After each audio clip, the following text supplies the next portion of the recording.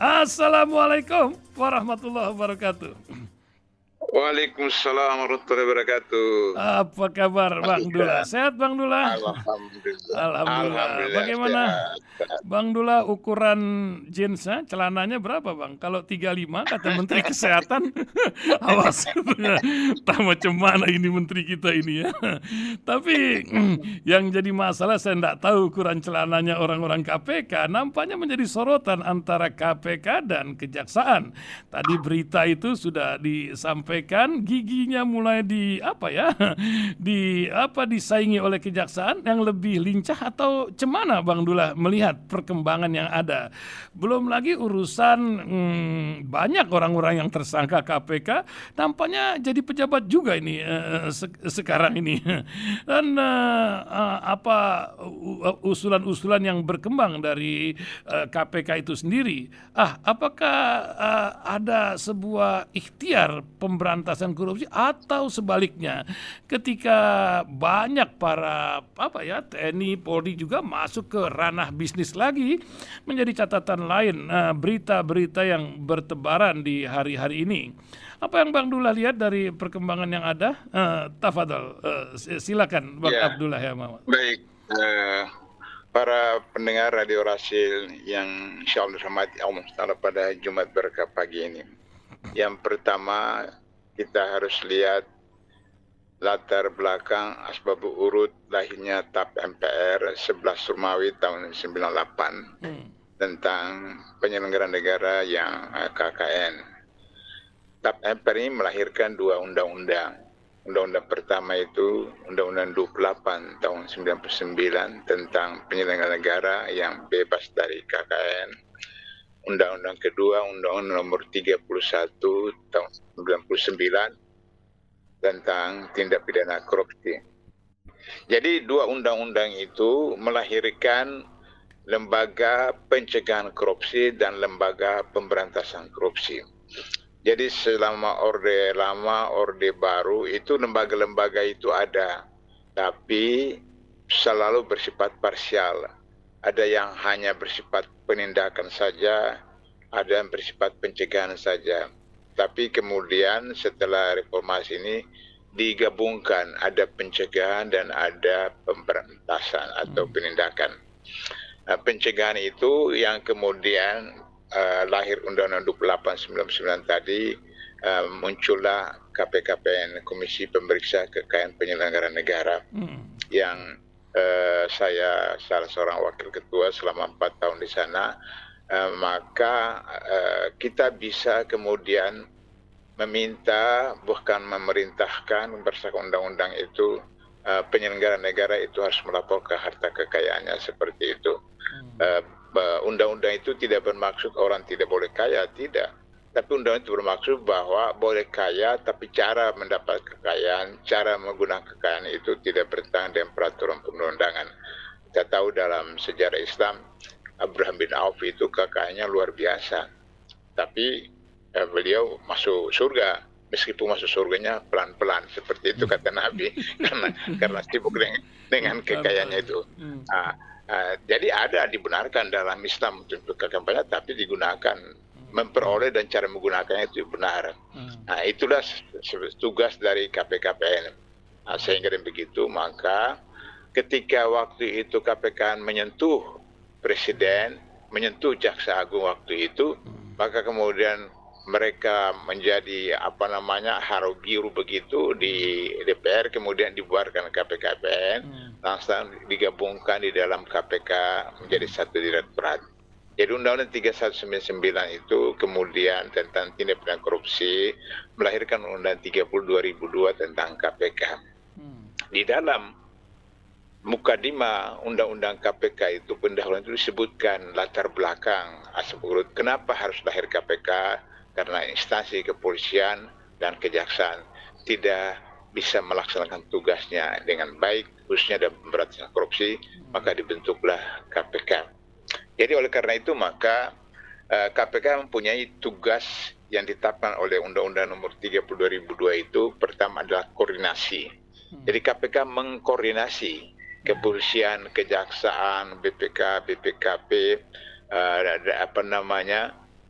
lembaga-lembaga yang bertanggung jawab di dalam pengelolaan, pengawasan keuangan negara seperti itu. Yang kedua, supervisi. Jadi ketika melakukan koordinasi kemudian ada kasus, ada masalah di internal kepolisian, kejaksaan, atau pemerintah daerah, kementerian, maka KPK mensupervisi. Misalnya selama saya 8 tahun di KPK itu sering bersama-sama dengan bidang pencegahan datang ke daerah untuk mensupervisi bagaimana agar supaya pemerintah daerah itu bisa tidak terlibat korupsi, kemudian bagaimana penggunaan anggaran itu sesuai dengan aturan yang ada dan seterusnya. Nah, ketiga, kemudian penindakan, itu tugas ketiga KPK. Yang keempat adalah pencegahan. Nah, baru yang kelima itu adalah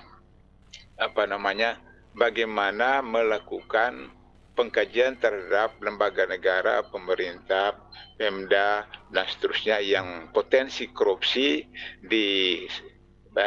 usulkan, direkomendasikan sistem bagaimana memperbaiki. Nah, itulah yang kemudian lahirlah apa yang disebut dengan reformasi birokrasi yang diusulkan oleh KPK tahun 2005 pada semua instansi kementerian dan lembaga negara.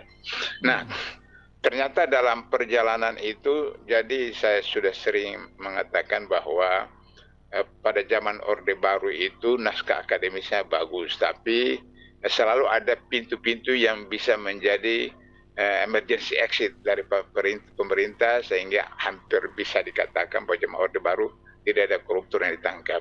Kemudian ketika Orde Reformasi, euforia reformasi itu mengakibatkan undang-undangnya itu luar biasa hebat. Diberikan kekuasaan kepada KPK begitu luar biasa. Dengan pemahaman bahwa ini kan cuma undang-undang, nanti juga seperti Orde Baru tidak dilaksanakan apa seperti itu. Tapi mereka lupa bahwa pada waktu itu orang-orang yang masuk KPKPN, orang-orang yang masuk KPK pada awal-awal itu orang-orang gila, tanda petik orang gila, yang mereka pokoknya membaca itu laksanakan. Mereka baca itu laksanakan seperti itu. Nah, sehingga akhirnya mereka kelabakan. Nah, ini kita lahirkan anak harimau terkam kita. Maka kemudian tangkap ketua DPR, tangkap ketua MK, tangkap mantan Kapolri, mantan Dubes, Dobes, dan seterusnya seperti itu. Maka kemudian terjadilah proses apa yang sering kita dengar, kita baca, kita sebutkan itu tentang delegitimasi KPK dengan ketika periode Jokowi mengubah undang-undang KPK dari Undang-Undang 30 tahun 2002 menjadi Undang-Undang nomor 19 tahun 2019, dia menjadikan KPK itu lembaga ASN. Nah, kita tahu Mas Ihsan, di dalam budaya ASN, PNS itu tidak ada kata tidak, yang adalah siap melaksanakan perintah seperti itu.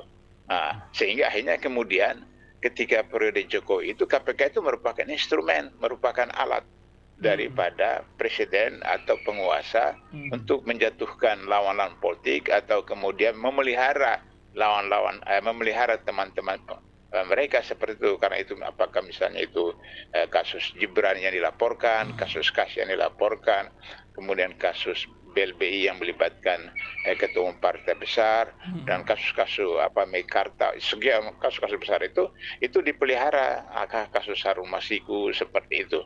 Nah, sehingga demikian maka akhirnya terjadilah problem yang mengakibatkan KPK itu merosot sampai ke titik nadir.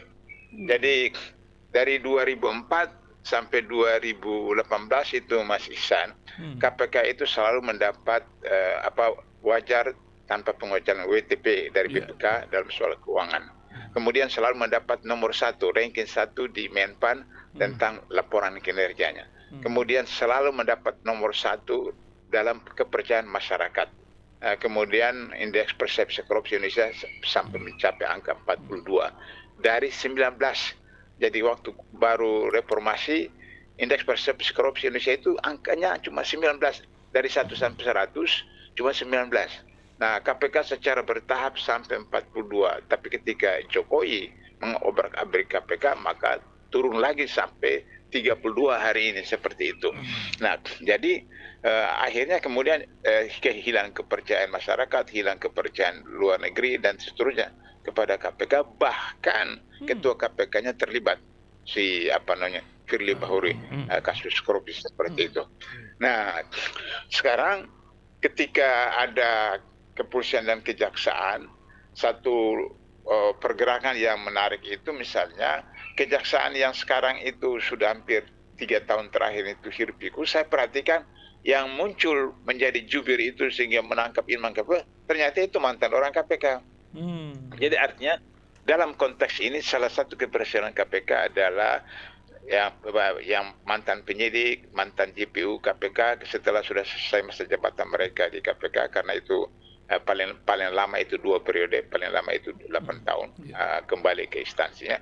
Maka budaya itu ide atau pemikiran dan pola pikir integritas KPK itu dibawa ke sana. Nah, itu sebenarnya ada satu keberhasilan. Sehingga dengan begitu, maka kalau kepolisian menjadi baik, kejaksaan yang baik, ada benar pendapatnya Rocky Gerung. Cuma Singapura itu negara ketiga terbersih di dunia. Jadi itu terbersih ketiga di dunia. Jadi Denmark, kemudian ada 2 negara di Eropa, nomor 3 itu Singapura. Tapi di Singapura tetap ada yang bersifat pencegahan, tetap ada bersifat pencegahan. Nah, oleh karena itu maka andai kata zaman Megawati itu tidak dibubarkan KPK-PN, maka kemudian saya setuju aja KPK tidak perlu lagi ketika polisi dan jaksa sudah menjalankan tugasnya secara optimal, maka kemudian KPK tidak perlu, tapi KPK-PN itu tetap ada. Jadi untuk proses pencegahan, proses penindakan diserahkan kepada kepolisian dan kejaksaan. Jadi kita kembali kepada Undang-Undang Dasar 45 asli, itu adalah bahwa yang melakukan proses penyidikan itu adalah kepolisian, proses penuntutan itu adalah kejaksaan. Sehingga begitu maka sekarang itu harus ditinjau kembali undang-undang kepolisian, undang-undang kejaksaan yang kemudian sesuai dengan tupoksinya, bahwa yang melakukan penyidikan itu polisi, kemudian melakukan penuntutan itu kejaksaan. Tapi sekarang kan kejaksaan juga melakukan proses penyidikan, sehingga tumpang tindih antara kepolisian dan KPK. Di sinilah terjadi perebutan lahan seperti itu. Nah, pada waktu KPK boleh diobok-obok oleh Jokowi, maka KPK itu bisa mensupervisi kepolisian, bisa mensupervisi kejaksaan, dan ada pertemuan-pertemuan di mana pelatihan bersama itu dalam koordinasi KPK, pesertanya dari jaksa, pesertanya dari polisi, pesertanya dari KPK, pesertanya dari BPPKP, pesertanya dari BPK. Nah, jadi ini instansi-instansi yang berhubungan dengan soal keuangan, soal korupsi dan seterusnya. Nah, sehingga begitu maka kalau misalnya KPK dibubarkan tapi KPK-PN itu tidak dihukum kembali, lantas sepenuhnya kepada kepolisian dan kejaksaan, maka berulang lagi kasus Orde Lama dan kasus Orde Baru, karena tidak ada yang punya tugas untuk mencegah. Niat pencegahan itu kan mulai dari soal pendidikan, anti korupsi, kemudian bagaimana agar supaya dari anak SD sampai mahasiswa itu kemudian tidak lagi melakukan budaya-budaya anti korupsi seperti bolos kuliah, bolos sekolah, kemudian nyontek dalam ujian OTS, menyogok guru, nyogok dosen dan seterusnya, sehingga akhirnya kemudian ijazah palsu menjadi ijazah asli dan seterusnya seperti itu. Seperti itu. Jadi itu fungsi pencegahan. Dalam ilmu kesehatan kan pencegahan preventif lebih baik daripada kuratif kan, seperti itu. Nah, itu. Kalau itu maka saya setuju dengan pendapat Rocky Gerung. Yang kedua, polisi dan tentara ikut sibuk dengan bisnis. Ini apa gitu. Ya, salah satu penyebabnya itu adalah tingkat penghasilan dari aparat penegak hukum atau aparat TNI dan seterusnya itu memang masih jauh dari harapan, dan itu Prabowo juga tahu itu. Prabowo juga tahu seperti itu, sehingga begitu maka penghasilan yang harus dihasilkan oleh seorang apapun jabatannya, apakah polisi, apakah tentara atau ASN dan seterusnya itu ada formulanya Mas Ihsan, yaitu 3P, pay for percent, pay for position, pay for performance. Jadi seseorang dibayar berdasarkan kelulusan dia terus kemudian dia apakah SMP, SMA, S1, S2, S3. Kemudian yang kedua, paper position, kedudukan dia, apa kedudukan dia pimpinan, dia manajer, dia pegawai biasa. Dan yang ketiga, performance, kinerjanya, kinerja. Mas Ihsan, pengalaman saya di KPK, seorang pegawai KPK di satu direktorat, itu pada bulan tertentu, itu yang dia terima gaji itu sama dengan bosnya, sama dengan direkturnya. Kenapa? Waktu itu direkturnya itu dia punya kinerja berdasarkan KPI, Key Performance Indicator, itu mendapat dapat C. Sehingga kalau dapat C itu cuma dapat tunjangan kinerja itu 5% dari gaji pokok. Kalau A itu 10%, kalau B 7%. Nah, pegawai ini dapat A, sehingga 10% dari tunjangan kinerja dari gaji pokoknya seperti itu. Maka bulan itu gajinya diterima sama dengan gaji bosnya seperti itu. Nah, ini yang dimaksud dalam Al-Quran, la yukallifullahu nafsan illa usaha. Allah tidak memberatkan sesuatu kepada hambanya kecuali yang mampu dia laksanakan. Jadi biasa saya gunakan istilah orang kampung itu mengatakan kalau bangun subuh rezeki banyak, kalau bangun siang rezeki patok ayam seperti itu. Jadi orang dibayar sesuai dengan prestasinya seperti itu. Nah, seperti itu. Nah, ini yang kemudian harus dilakukan kepada sistem penggajian di ASN atau di PNS seperti itu. Nah, yang kedua, bahwa yang sudah sering saya katakan, gaji yang diberikan itu tidak 100%. Kenapa? Karena prinsipnya gaji itu bukan nominalnya, tapi menyejahterakan. Misalnya saya sudah sering katakan bahwa Ketua MK yang kami tangkap 10 tahun lalu itu gajinya waktu itu 100 juta satu bulan. 10 tahun lalu itu Mas Ihsan, 100 juta. Akil Mohtar, Ketua MK. Tapi korupsi juga. Nah, artinya bahwa dia tidak merasa sejahtera dengan gajinya. Nah, karena itu maka sering saya katakan bahwa gaji itu nominalnya bukan yang menjadi ukuran utama, tapi sejahtera atau tidak. Nah, karena itu maka saya mengusulkan supaya gajinya itu dia dibayar, ditransfer 70% atau 75% atau 60%. Sisanya itu dikonversi. Dikonversi kemana? Anaknya dari SD sampai universitas itu gratis sekolah.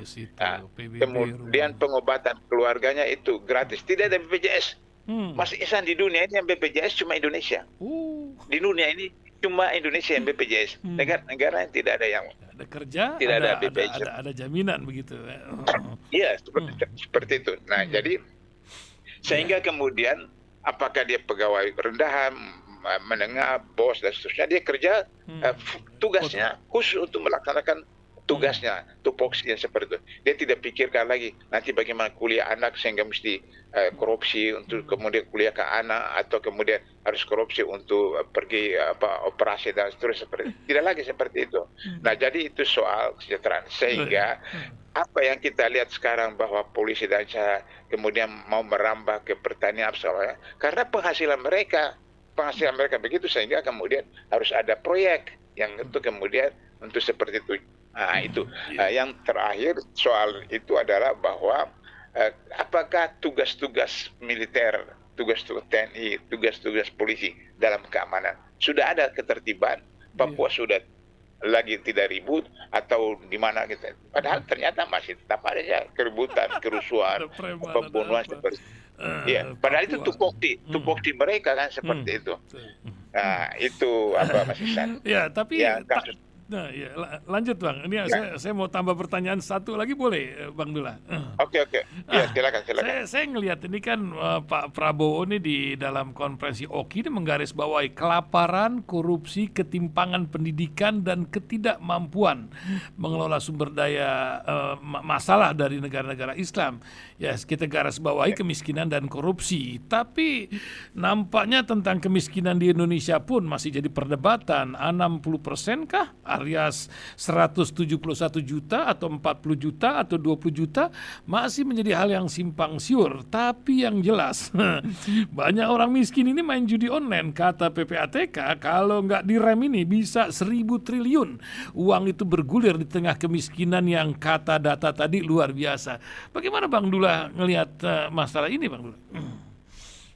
Sejahat-jahat orde lama, sejahat-jahat orde baru, kecuali saya lupa atau tidak tahu ya, tidak ada orang yang minta istrinya disuntik mati. Masya Allah. karena tidak ada lagi uang untuk mengobatinya. Saya ingat betul itu di Bogor berapa tahun lalu.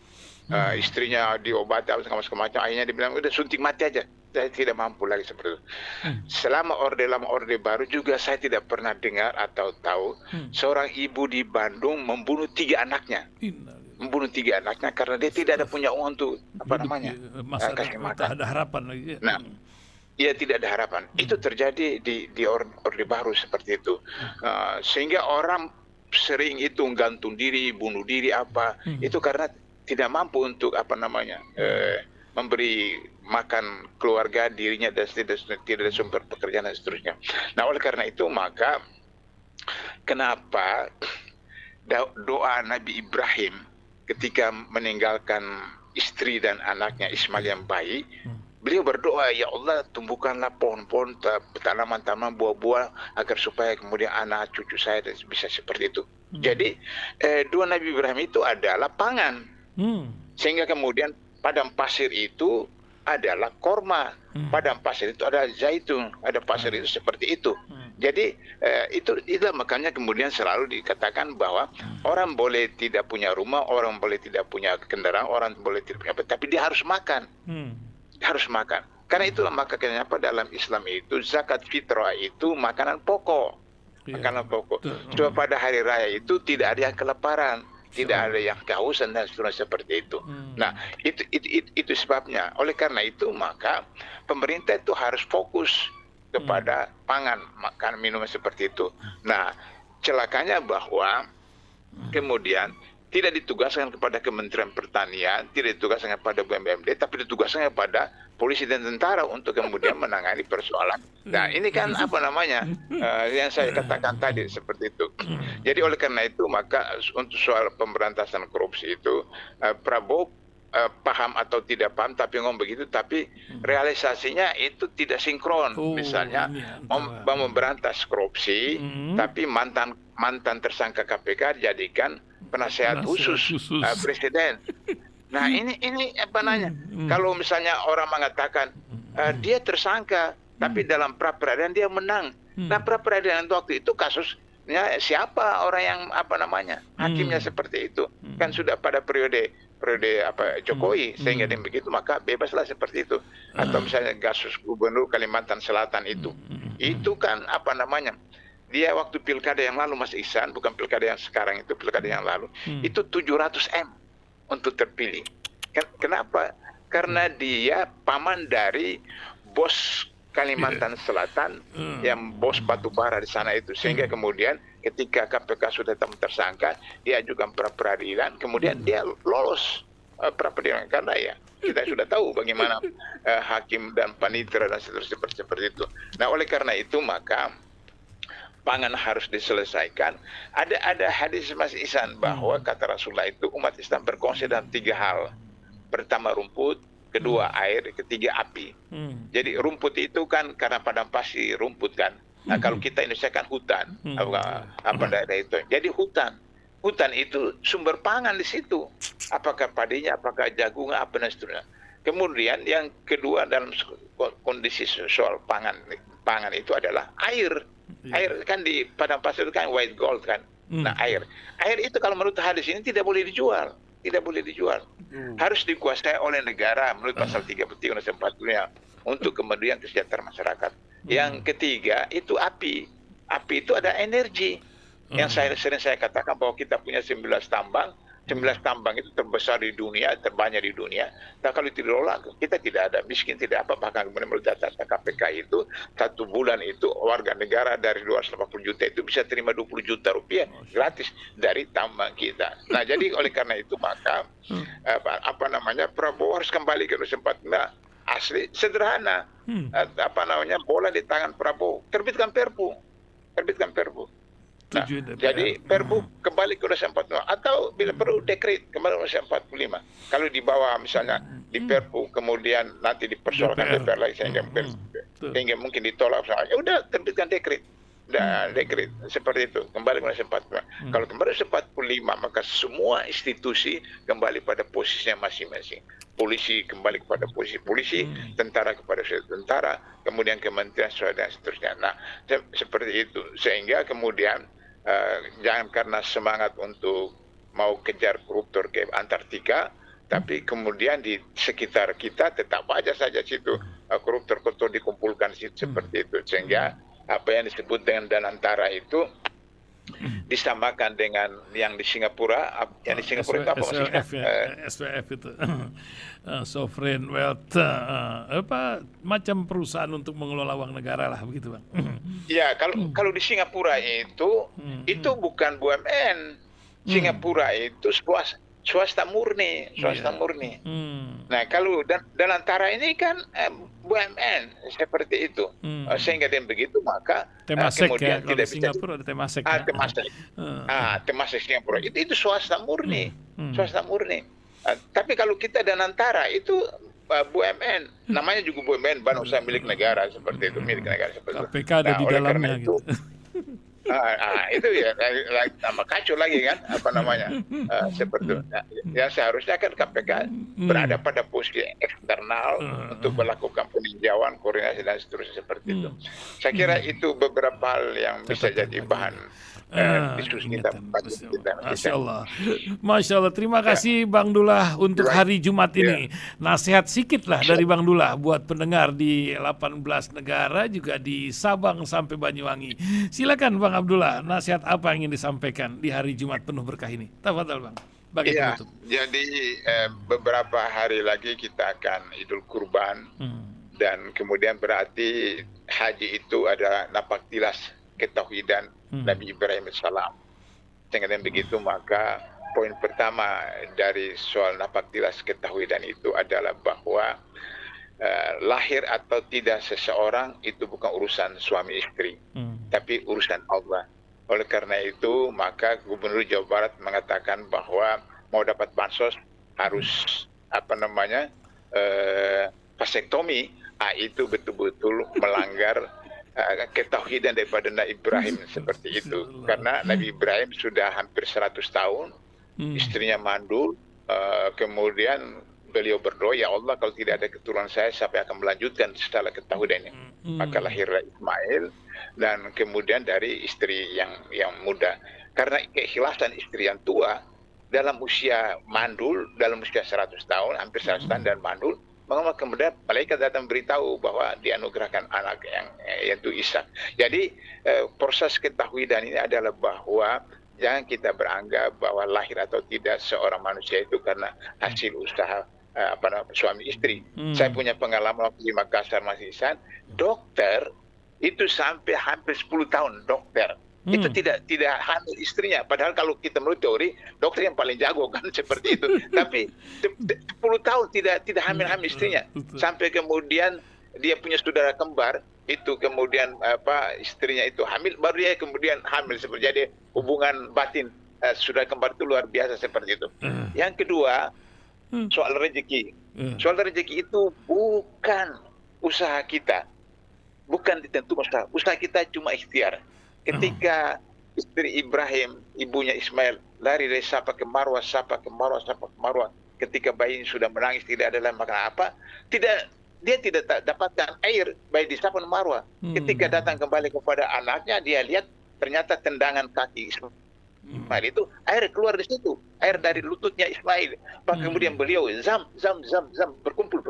Nah, itulah air zam-zam yang kita kenal sampai sekarang, dari ribuan tahun sampai nanti kiamat itu. Artinya bahwa Bapak Ibu pendengar, jangan menganggap bahwa penghasilan kita itu dari usaha kita. Usaha kita itu cuma ikhtiar, cuma proses, tapi Allah yang memberikan hasil kita. Nah, dengan begitu maka kata Allah dalam Al-Quran, barang siapa menyerahkan urusannya kepada Allah, maka Allah akan menyelesaikan persoalan. Sehingga begitu, dalam berita di TV itu ada penjual tusuk sate, Mas Ihsan. Penjual tusuk sate naik haji. Bagaimana? Menurut logika kita, bagaimana penjual tusuk sate bisa naik haji 50 juta, seperti itu. Nah, jadi oleh karena itu maka kita innamal a'malu binniyat, kemudian dengan kaifiat usaha, maka kemudian serahkan kepada Allah. Allah akan memberikan rezeki dari arah yang kita tidak sangka-sangka, tidak tahu. Maka Masya Allah. itulah potensi kita untuk mengikuti napak tilas Presiden Ibrahim dengan persoalan peristiwa haji beberapa pekan lagi, insya Masya Allah. Allah, Masya Allah. Terima kasih Bang Dullah, terus semangat dan selalu ditunggu di hari Jumat pagi. Amin. Insya Allah. Assalamualaikum Amin. warahmatullahi wabarakatuh. Waalaikumsalam warahmatullahi wabarakatuh.